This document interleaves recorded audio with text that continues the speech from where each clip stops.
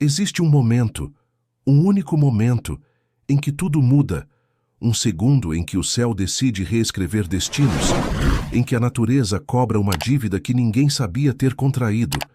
E quando esse momento chega, não há volta. Você já parou para pensar no poder da água? Aquela mesma água que mata sua sede pela manhã, que lava seu rosto, que parece tão inofensiva escorrendo pelo ralo do seu chuveiro, essa mesma água pode se transformar na força mais devastadora que você jamais testemunhará. Ela não pede licença, não avisa, não negocia. Ela simplesmente vem, e quando vem, traz consigo memórias que nunca mais serão apagadas. Marcas que ficam gravadas não apenas nas paredes das casas, mas na alma de quem sobrevive para contar a história. Brasil, terra de contrastes, de belezas naturais de tirar o fôlego, mas também terra de cicatrizes profundas, cicatrizes deixadas por enchentes que reescreveram a história de cidades inteiras. Hoje, você vai conhecer as 5 maiores tragédias causadas pela água que este país já enfrentou. 5 momentos em que o céu se abriu e tudo mudou para sempre. 5 histórias que vão fazer você entender que a natureza não tem lado. Ela apenas age. E quando ela age, vidas são perdidas, famílias são separadas, sonhos são engolidos pela lama. Mas também, e talvez isso seja o mais importante, quando ela age, revela o que há de mais genuíno no coração humano: a capacidade de se levantar, de reconstruir, de olhar para os escombros e ainda assim encontrar esperança, porque no final das contas, não são as enchentes que definem quem somos, é o que fazemos depois delas. Janeiro de 2011, Rio de Janeiro, região serrana, um nome que jamais será esquecido por quem viveu aqueles dias. Era verão, época de férias, de alegria, de famílias reunidas. Mas o verão de 2011 trouxe algo que ninguém esperava. Chuvas, não apenas chuvas comuns. Não aquela garoa chata que atrapalha o passeio no fim de semana. Não. Era algo diferente. Algo que fazia os mais velhos olharem para o céu com uma preocupação que só quem já viveu muito consegue ter. Aquela preocupação silenciosa, de quem sabe que algo ruim está por vir. E estava. Na noite de 11 de janeiro, o céu desabou sobre as cidades da região serrana do Rio de Janeiro: Petrópolis, Teresópolis, Nova Friburgo, Sumidouro, São José do Vale do Rio Preto, Areal, Bom Jardim, nomes que até então eram sinônimo de tranquilidade, de clima agradável, de refúgio nas montanhas. Mas naquela noite, esses nomes ganharam outro significado: tragédia. Em apenas algumas horas, choveu o equivalente a um mês inteiro. A água desceu dos morros com uma fúria incontrolável, como se a montanha inteira estivesse sendo derretida e despejada sobre as casas. E não era apenas água, era lama, pedras, árvores, carros, pedaços de casas, pedaços de vidas, tudo descendo numa velocidade que não dava tempo de pensar. Não dava tempo de pegar nada. Mal dava tempo de correr. Famílias inteiras foram soterradas enquanto dormiam. Crianças foram arrancadas dos braços de suas mães pela força da correnteza. Casas que levaram uma vida inteira para serem construídas desapareceram em segundos. Em segundos. Pense nisso. Uma vida inteira de trabalho, de sacrifício, de sonhos, de memórias guardadas em cada cômodo. Tudo apagado. Em um piscar de olhos. Mais de 900 pessoas perderam suas vidas naquela noite. 900 histórias interrompidas. 900 famílias destruídas. Mas os números, por mais assustadores que sejam, não conseguem capturar a real dimensão do que aconteceu ali.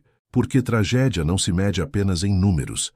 Tragédia se mede em olhares vazios, em perguntas sem resposta, em silêncios que gritam mais alto que qualquer palavra. Como você explica para uma criança que ela nunca mais vai ver o irmão? Como você diz para uma mãe que aquele filho que ela carregou no ventre, que ela amamentou, que ela viu dar os primeiros passos, não vai mais voltar para casa? Como você reconstrói uma vida quando tudo o que você tinha desapareceu debaixo de toneladas de lama? Essas são perguntas que não têm respostas fáceis. Talvez não tenham resposta alguma, mas são perguntas que precisam ser feitas. Porque são essas perguntas que nos fazem lembrar, que nos fazem sentir, que nos fazem humanos. A enchente da região serrana de 2011 não foi apenas a maior tragédia climática do Brasil. Ela foi um divisor de águas, literalmente, na forma como encaramos nosso relacionamento com a natureza. E essa é apenas a primeira história. Porque, infelizmente, não foi a única vez que o Brasil chorou debaixo da chuva. Mas antes de continuarmos, precisamos voltar no tempo. Porque a história das enchentes no Brasil não começa em 2011. Ela é muito mais antiga. E para entender o presente, precisamos olhar para o passado. Março de 1967.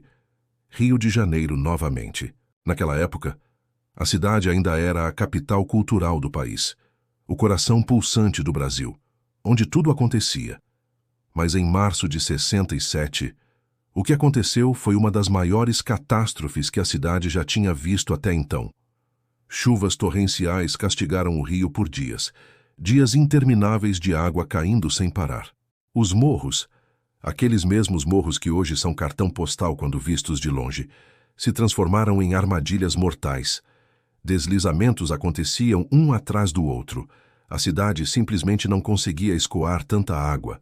As ruas viraram rios, os rios viraram mares revoltos. E o pior estava nas favelas. Porque tragédia sempre escolhe os mais vulneráveis primeiro. Sempre. As casas construídas nas encostas, aquelas moradias erguidas com o suor de quem não tinha outra escolha, foram as primeiras a serem engolidas. Mais de 1000 pessoas morreram naquele março cruel. 1000 sonhos interrompidos, 1000 futuros apagados. E sabe o que é mais doloroso?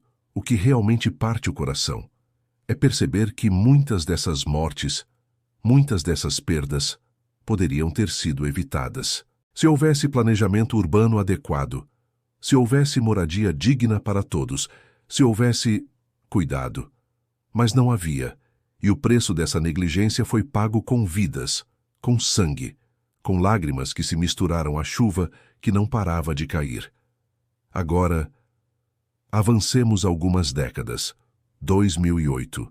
Santa Catarina, o sul do Brasil. Região conhecida pela organização, pela prosperidade, pelas cidades planejadas e comunidades bem estruturadas. Mas em novembro de 2008, Santa Catarina aprendeu uma lição cruel. Nenhum lugar está imune. Nenhum. As chuvas começaram no dia 21 de novembro e não pararam. Dias e dias de água incessante caindo sobre o Vale do Itajaí. Blumenau, Joinville, Jaraguá do Sul, Ilhota, Gaspar. Cidades que eram sinônimo de desenvolvimento, de qualidade de vida, foram transformadas em cenários apocalípticos.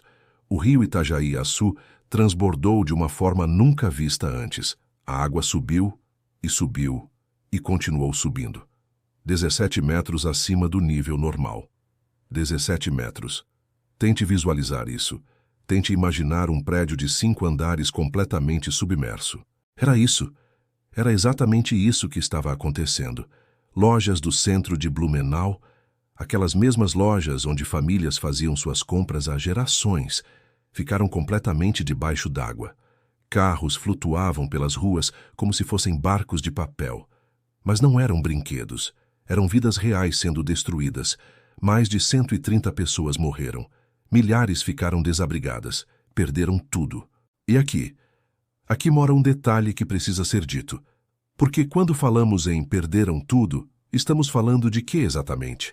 Estamos falando de fotos de família que nunca mais serão vistas, de cartas de amor guardadas há décadas, de brinquedos de infância, de livros com dedicatórias escritas à mão. Estamos falando de memória, de identidade, de história pessoal, coisas que não têm preço, que não podem ser repostas, que quando se vão, levam um pedaço da alma junto.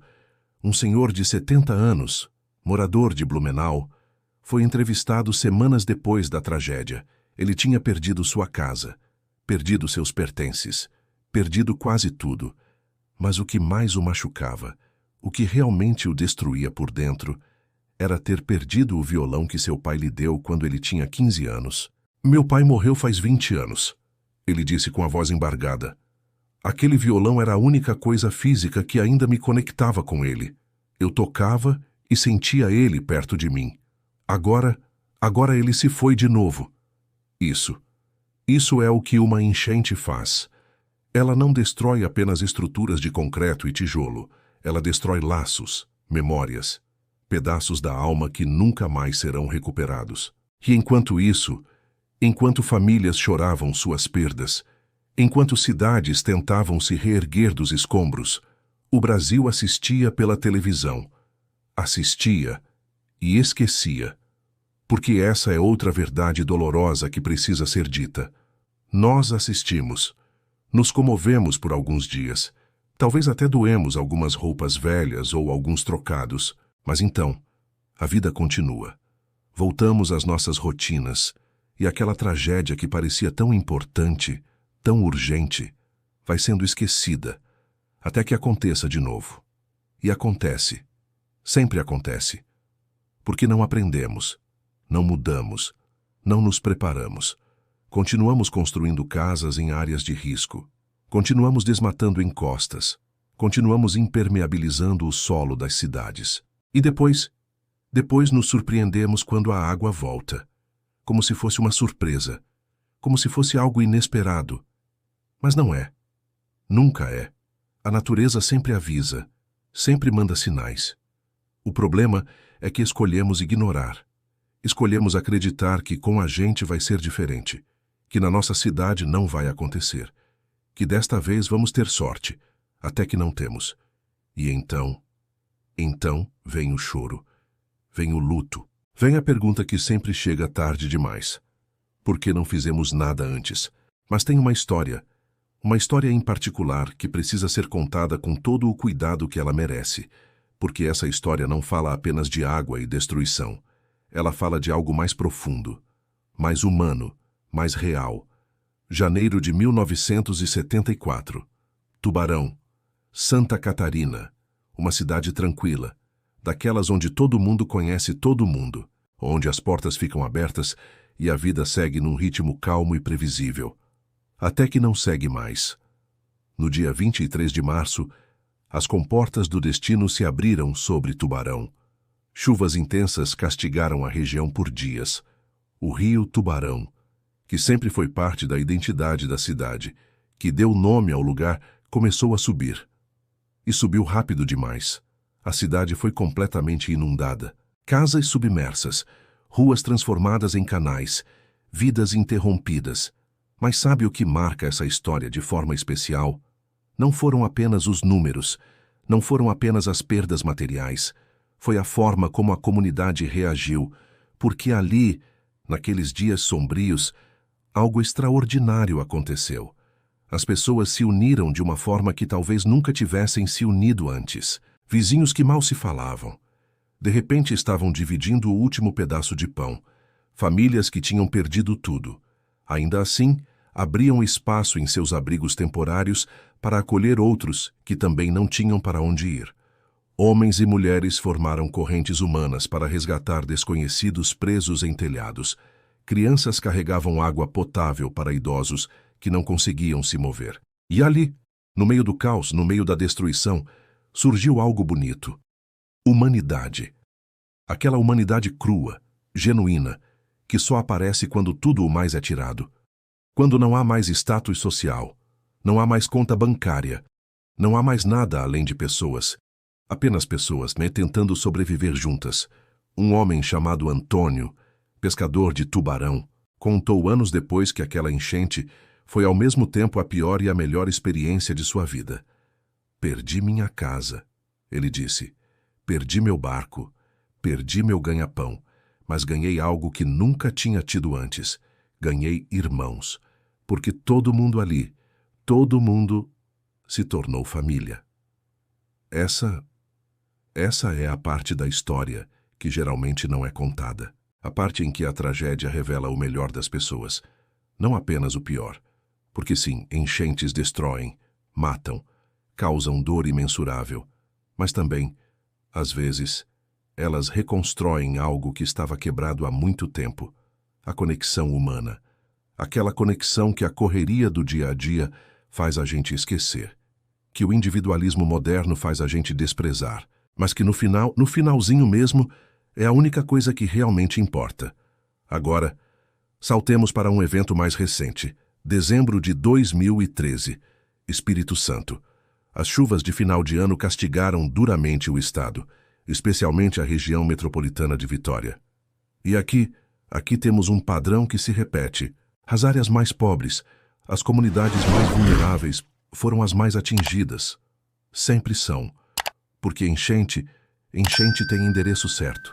Ela sabe onde mora quem não tem condições de se proteger. Quem construiu sua casa com o que tinha, não com o que era seguro. Quem mora ali porque não havia outra escolha, não porque queria. Dezenas de mortos, milhares de desabrigados, prejuízos incalculáveis. Mas tem uma única imagem, que ficou gravada na memória de quem acompanhou aquela tragédia. A imagem de uma mãe, uma jovem mãe de 20 e poucos anos, sendo resgatada de helicóptero. Ela segurava seu bebê, um menino de apenas 6 meses, enrolado numa toalha encharcada. As lágrimas desciam pelo seu rosto misturadas com a chuva que não parava, mas não eram lágrimas apenas de medo, não eram lágrimas apenas de desespero, eram lágrimas de gratidão, porque seu filho estava vivo, porque ela tinha conseguido protegê-lo, porque contra todas as probabilidades, contra toda a fúria da natureza, aquele pequeno coração ainda batia. Um repórter perguntou a ela, horas depois do resgate, o que tinha se passado pela cabeça nos momentos mais críticos. Ela respondeu algo que jamais deveria ser esquecido. Eu pensei, se eu morrer, que eu morra cobrindo ele, que a água leve eu, mas não leve meu filho, que Deus tenha misericórdia e escolha apenas um, e que esse um seja eu. Isso é amor. Amor que transcende o instinto de sobrevivência. Amor que coloca outra vida acima da própria. E sabe o que isso nos ensina? Nos ensina que mesmo no pior momento, no momento mais escuro, no momento em que parece que tudo está perdido, ainda existe luz, ainda existe bondade, ainda existe algo pelo que vale a pena lutar. As enchentes tiram muito, tiram demais, mas não conseguem tirar tudo. Não conseguem tirar a força que mora no coração de uma mãe, a coragem que mora no peito de um pai, a solidariedade que mora na alma de uma comunidade. E talvez, só talvez, essa seja a verdadeira lição. Não aprendemos a evitar todas as tragédias. Talvez nunca aprendamos. Mas podemos aprender a ser mais humanos quando elas acontecem. Podemos aprender a olhar para o lado e ver não um estranho, mas um igual. Alguém que sangra como nós, que chora como nós, que precisa como nós. Porque no final das contas, quando a água sobe e tudo parece perdido, a única coisa que nos mantém acima da superfície é o outro, é a mão estendida, é o abraço apertado, é a palavra de conforto, é a certeza de que não estamos sozinhos e nunca estaremos. Desde que ativamente escolhamos estar presentes uns para os outros. Mas existe uma quinta história. Uma história que talvez seja a mais importante de todas. Porque essa ainda está sendo escrita. Abril e maio de 2024. Rio Grande do Sul. A maior enchente da história recente do estado, talvez a maior que o sul do Brasil já testemunhou. Mais de 2 milhões de pessoas afetadas, cidades inteiras submersas, o aeroporto de Porto Alegre fechado por semanas. E aqui algo diferente aconteceu, porque dessa vez, o Brasil inteiro parou para olhar, não apenas por alguns dias, não apenas com aquela atenção superficial de quem assiste e esquece, mas de verdade, as redes sociais se encheram de campanhas de doação. Pessoas de todos os cantos do país organizaram pontos de coleta. Caminhões e mais caminhões foram enviados carregados de esperança. Voluntários largaram suas vidas, seus trabalhos, suas rotinas, para ir até lá ajudar. Pessoas que nunca tinham pisado no Rio Grande do Sul, que não conheciam ninguém ali, mas que sentiram lá no fundo que aquela dor era de todos. E foram carregar sacos de areia, foram resgatar animais, foram abraçar desconhecidos, foram ouvir histórias, foram chorar junto, foram ser humanos. Um jovem de São Paulo, de apenas 23 anos, estudante de engenharia, largou tudo e foi para o Rio Grande do Sul. Passou 3 semanas ajudando no resgate e na reconstrução. Quando voltou, alguém lhe perguntou por quê. Por que ele tinha feito aquilo? Ele respondeu algo simples, devastadoramente simples. Porque eu podia. Porque eu tinha braços para carregar, tinha pernas para caminhar, tinha voz para confortar. Como eu poderia ficar parado? E essa é a pergunta que fica para todos nós. Como podemos ficar parados? Como podemos assistir tragédias se repetirem ano após ano, década após década, e não fazer nada diferente? Porque as 5 enchentes que você conheceu hoje, elas não são apenas histórias do passado. Elas são avisos para o futuro. Avisos que dizem, gritam, que precisamos mudar. Precisamos parar de construir em áreas de risco. Precisamos investir em infraestrutura adequada. Precisamos proteger nossas florestas, nossos rios, nosso solo. Precisamos entender que a natureza não é nossa inimiga. Ela apenas reage. Ela apenas responde ao que fazemos com ela. E se continuarmos tratando-a com descaso, se continuarmos ignorando os sinais, as enchentes vão continuar vindo, mais fortes, mais frequentes, mais devastadoras. Mas sabe o que também vai continuar? A capacidade humana de se reerguer, aquela força inexplicável que faz uma mãe proteger seu filho mesmo quando tudo está desabando, aquela solidariedade que faz vizinhos virarem família, aquela esperança teimosa que faz alguém olhar para os escombros e dizer, vamos reconstruir, porque no finalzinho mesmo, as enchentes levam muita coisa, levam casas, levam objetos, levam até vidas. Mas existe algo que elas nunca conseguem levar: o espírito humano. Aquela centelha que nos faz continuar mesmo quando tudo diz para desistir. Aquela luz que brilha mais forte justamente na escuridão. 967 pessoas morreram na região serrana do Rio em 2011. Cada uma dessas vidas, cada uma era um universo completo, com sonhos, com medos, com histórias. Elas não podem ser esquecidas, não devem ser esquecidas, porque esquecer é permitir que tudo aconteça de novo, é transformar tragédia em mera estatística, é transformar dor em número frio. E elas merecem mais que isso, todas elas merecem ser lembradas, honradas, respeitadas. E a melhor forma de honrá-las, a única forma verdadeira, é garantir que suas mortes não foram em vão, é usar essas histórias como combustível para a mudança, para a ação, para a transformação, é olhar para essas 5 enchentes e decidir que a sexta, a sétima, a próxima, não vai encontrar um Brasil despreparado, vai encontrar um país que aprendeu, que mudou, que se preparou, que entendeu que prevenir é mais humano que remediar, que construir certo desde o início é mais inteligente que reconstruir depois da destruição. As enchentes sempre existiram, sempre vão existir. Mas as tragédias, as mortes desnecessárias, o sofrimento evitável, isso pode ser diferente. Isso deve ser diferente. E depende de cada um de nós. Porque no final das contas, tragédia não é apenas o que a natureza faz. Tragédia é o que nós deixamos de fazer. É a casa que não foi regularizada. É o sistema de drenagem que não foi construído. É o alerta que não foi ouvido. É a ajuda que não foi oferecida. É a mão que não foi estendida. É o olhar que foi desviado. As 5 maiores enchentes do Brasil contam histórias de perda. Mas também contam histórias de reconstrução, de união, de amor. E a história que está sendo escrita agora, a história do que vem depois. Essa história ainda pode ter um final diferente.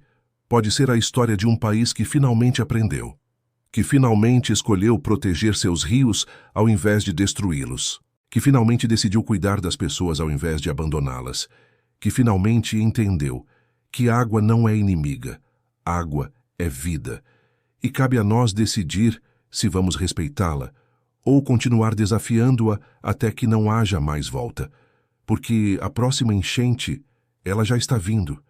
A única pergunta que resta é: estaremos prontos? Ou vamos apenas, mais uma vez, assistir, chorar e esquecer? A escolha sempre foi e sempre será nossa.